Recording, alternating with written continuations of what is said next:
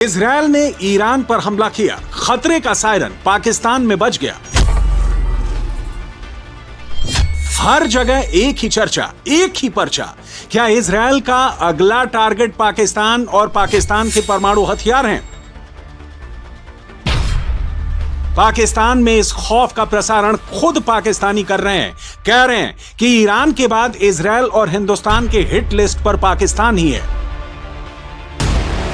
इस वक्त पूरी दुनिया में दो ही मुल्क हैं जो खुलकर कह रहे हैं कि पाकिस्तान का इलाज होना चाहिए, पाकिस्तान को ठीक करना चाहिए। एक मुल्क है हिंदुस्तान, जिसे मोदी लीड कर रहे हैं। दूसरा मुल्क है इजरायल, जिसे नेतन्याहू लीड कर रहे हैं।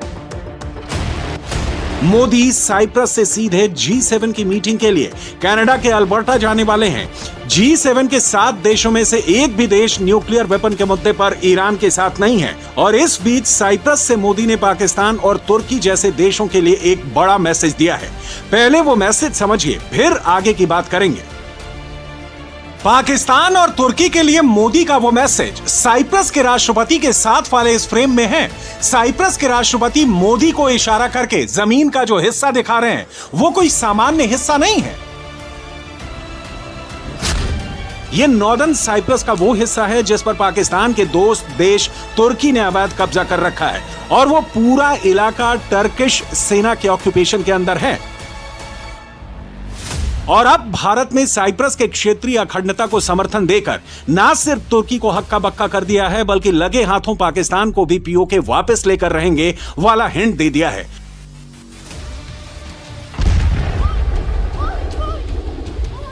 और ये कैसे होगा, इसका एक आइडिया आपको 4 दिन से इजरायल और ईरान के बीच चल रही जंग से मिल जाएगा। इस वक्त दोनों देश एक दूसरे पर हाइपरसोनिक, सुपरसोनिक मिसाइल्स दाग रहे हैं। इजरायल के ऑफेंसिव ने ईरान का अच्छा खासा नुकसान कर दिया है। पिछले 24 घंटे में ईरान के 20 से ज्यादा surface to surface missiles Israel ने तबाह कर दिए हैं। सेंट्रल ईरान में 100 मिलिट्री ठिकानों को बर्बाद कर दिया गया है। अब तक इजरायल ने ईरान के 1/3 मिसाइल्स लॉन्चर को उड़ा डाला है।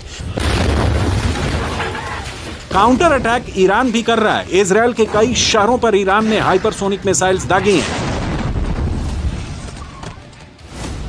लेकिन इन सबके बीच ईरान से एक ऐसा कबूलनामा आया है जिसके बाद इजरायल का फोकस ईरान के साथ साथ पाकिस्तान की ओर भी शिफ्ट हो गया है।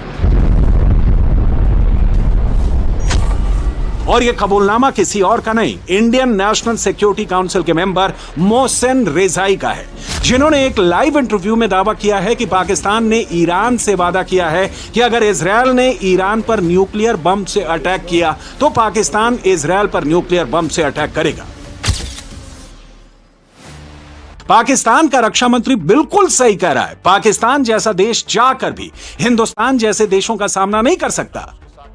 ऊपर से अगर इजरायल ने पाकिस्तान को अपना अगला टारगेट सेलेक्ट कर लिया तो मुनीर की सिट्टी पिट्टी गुम होनी तय है।